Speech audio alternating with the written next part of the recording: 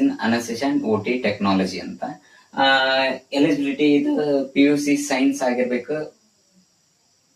ಅದಾದ್ಮೇಲೆ 3 ವರ್ಷ duration plus 1 year internship.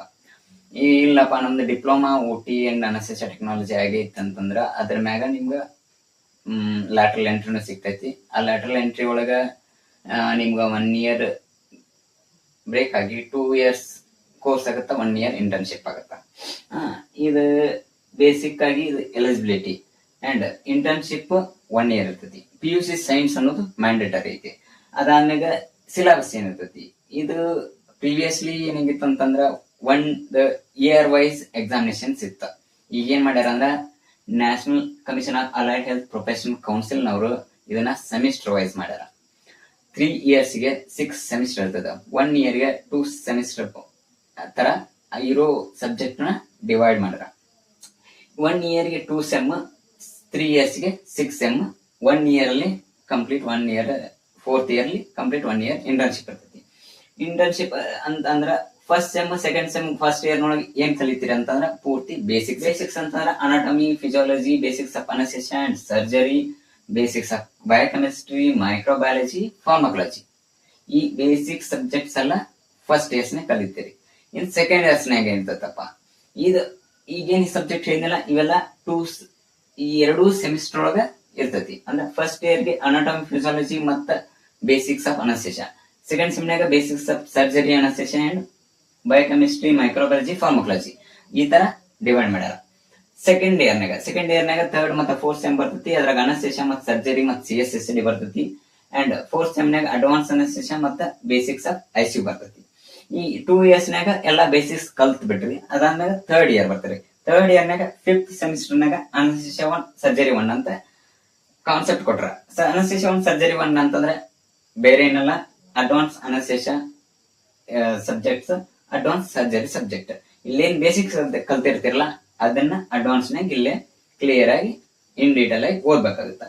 6th sem ಅನಸ್ತೆಸಿಯಾ 2 surgery 2 ಅಂತ ಕೊಟ್ಟಾರ. ಅನಸ್ತೆಸಿಯಾ 2 ಸರ್ಜರಿ 2 ಮೀನ್ಸ್ ಪೇಪರ್ ಲೈಕ್ ಅನಸ್ತೆಸಿಯಾ ಇಲ್ಲೇನ್ ಅಡ್ವಾನ್ಸ್ ಕಲ್ತಿರಲ್ಲ, ಇನ್ ಡೆಪ್ತ್ ಆಗಿ ಇಲ್ಲೇ ಅನಸ್ತೆಸಿಯಾದೊಳಗ ಮತ್ತೆ ಸರ್ಜರಿ ಒಳಗ ಕಲಿತೀರಿ. ಬೇರೆ ಏನು ಡಿಫ್ರೆನ್ಸ್ ಇರಂಗಿಲ್ಲ.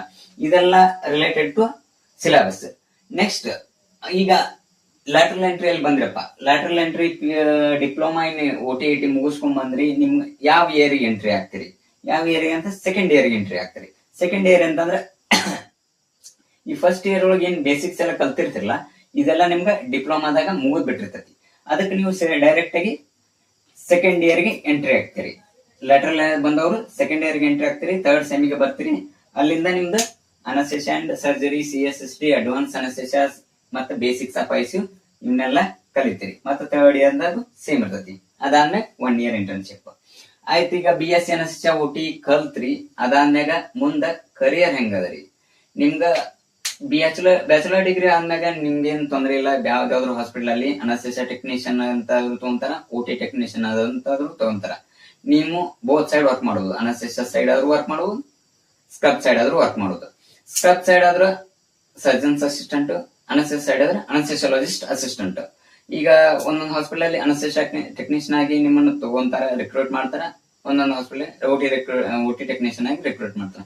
ಯಾಸ್ ಯುವರ್ ಇಂಟ್ರೆಸ್ಟ್, ನಿಮ್ಗೆ ಯಾವ್ದು ಇಂಟ್ರೆಸ್ಟ್ ಇರ್ತದೆ, ಯಾವ್ದು ನಿಮ್ಗೆ ಜಾಸ್ತಿ ಫೋಕಸ್ ಮಾಡ್ತೀರಿ ಅದ್ರಾಗ ನೀವು ಜಾಯ್ನ್ ಆಗ್ಬೋದು. ಆಯ್ತು, ನಮ್ಗ ಮುಂದೆ ಕೆಲಸ ಮಾಡೋದು ಬೇಡ, ನಾನು ಇದ್ರಾಗ ಫರ್ದರ್ ಮಾಸ್ಟರ್ಸ್ ಮಾಡ್ತೇನೆ ಅಂತಂದ್ರೆ ಚೂರು ಲೈಕ್ ಮಾಸ್ಟರ್ಸ್ ಫ್ಯೂಚರ್ ಸ್ವಲ್ಪ ಅವೈಲೇಬಲ್ ಅದಾವ. ಅಂದ್ರೆ MSc in anaesthesia and OT ಇದ ಸೇಮ್ ಸ್ಟ್ರೀಮ್ ನಾಗ ನಿಮ್ಗೆ ಮಾಸ್ಟರ್ಸ್ ಐತಿ. MSc in anaesthesia and OT. RGHS ನಾಗ ಈಗ ಸದ್ಯಕ್ಕ ಇದು ಅಡ್ಮಿಷನ್ಸ್ ಓಪನ್ ಇಲ್ಲ ಮತ್ತೆ ಕೋರ್ಸು ಇಲ್ಲ. ಡೀಮ್ಡ್ ಯೂನಿವರ್ಸಿಟಿ ಅಲ್ಲೆಲ್ಲ ಅದಾವ. ಅದರದೆಲ್ಲ ಫ್ಯೂಚರ್ ಅಡ್ಮಿಷನ್ ಪ್ರೊಸೆಸ್ ಅವೆಲ್ಲ ಹೆಂಗಿರ್ತದ ಮುಂದಿನ ವಿಡಿಯೋದಾಗ ನಾ ತಿಳಿಸ್ಕೊಡ್ತೀನಿ. ಮತ್ತೆ ಯಾವಾಗೆಲ್ಲ ಕಾಲ್ ಆಗ್ತೈತಿ ಅವಾಗೆಲ್ಲ ನಾನು ನಿಮ್ಗೆ ಈ ಚಾನಲ್ನಾಗ ಅಪ್ಡೇಟ್ ಮಾಡ್ತಾ ಇರ್ತೀನಿ. ನೀವು ಇದನ್ನ ನಮ್ಮ ಪೇಜ್ ನ ಫಾಲೋ ಮಾಡಿ. ಅದಾದ್ರೆ MSc ಇನ್ ಅನಸ್ತೆಸಿಯಾ ಅಂಡ್ OTನು ಮಾಡ್ಕೋಬಹುದು. ಅದು ಬೇಡಪ್ಪ ಅಂದ್ರೆ MSc ಇನ್ ರಿಸರ್ಚ್ ಫೀಲ್ಡ್ ನಾವು ಮಾಡಬಹುದು. ಇವೆರಡು 2 ಇಯರ್ಸ್ ಡ್ಯೂರೇಷನ್ ಇರ್ತದ ಕೋರ್ಸ್. ಅದು ನಮ್ಗೆ ರಿಸರ್ಚ್ ಬೇಡ, ಸೇಮ್ ಸ್ಟ್ರೀಮು ಬೇಡ ಅಂತಂದ್ರೆ ನಿಮ್ದು MSc ಇನ್ ಮೆಡಿಕಲ್ ಸಬ್ಜೆಕ್ಟ್ ಒಳಗೂ ಮಾಡ್ಕೋಬಹುದು. ಮೆಡಿಕಲ್ ಸಬ್ಜೆಕ್ಟ್ ಒಳಗೆ MSc ಮಾಡೋದಾದ್ರೆ 3 ಇಯರ್ ಡ್ಯೂರೇಷನ್ ಆಗ್ತತಿ. ಮತ್ತ ಅದ್ರಾಗ ಫಾರ್ಮಾಕಲಜಿ, ಬಯೋಕೆಮಿಸ್ಟ್ರಿ, ಮೈಕ್ರೋಬಯಾಲಜಿ, ಅನಾಟಮಿ, ಫಿಸಿಯಾಲಜಿ ಇವು 5 ಸಬ್ಜೆಕ್ಟ್ ಒಳಗ ಒಂದ್ ಸಬ್ಜೆಕ್ಟ್ ನೀವು ಚೂಸ್ ಮಾಡಿ ಸ್ಟಡಿ ಮಾಡ್ಬೇಕ. ಇದು ಮಾಸ್ಟರ್ಸ್ ಅಲ್ಲಿ ಇದಷ್ಟ ಆಗೋದಿಲ್ಲ, ಮತ್ ಇನ್ನು ಸುಮಾರು ಮಾಸ್ಟರ್ಸ್ ಇನ್ ರಿಸರ್ಚ್ ಫೀಲ್ಡ್ ಅಂತದೆಲ್ಲ ಅದ್ರಾಗೆ ಸುಮಾರು ಬ್ರಾಂಚಸ್ ಬರ್ತಾವ. ನಿಮ್ಗೆ ಅದ್ರಾಗ ಯಾವ್ದು ಬೇಕಂತ ನೀವು ಚೂಸ್ ಮಾಡ್ಬೇಕು. MSc ಇನ್ ಜೆನೆಟಿಕ್ಸ್ ಬರ್ತೈತಿ, ಕಂಪ್ಯೂಟರ್ ಬಯಾಲಜಿ ಅಂತ ಬರ್ತೈತಿ, ಲೈಕ್ ನ್ಯೂರೋ ಸೈನ್ಸಸ್ ಅಂತ ಬರ್ತೈತಿ.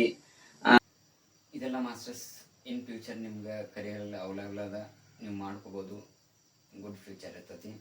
ಮತ್ತು ಮುಂದಿನ ಬರುವಂಥ ವಿಡಿಯೋದಾಗ ನಾ ಪರ್ಟಿಕ್ಯುಲರ್ ಟಾಪಿಕ್ಸ್ ಮ್ಯಾಗ ಪರ್ಟಿಕ್ಯುಲರ್ ಸಬ್ಜೆಕ್ಟ್ ಟಾಪಿಕ್ಸ್ ಒಳಗೆ ಸಪ್ರೇಟಾಗಿ ಕ್ಲಾಸಸ್ ಮಾಡ್ತೀನಿ.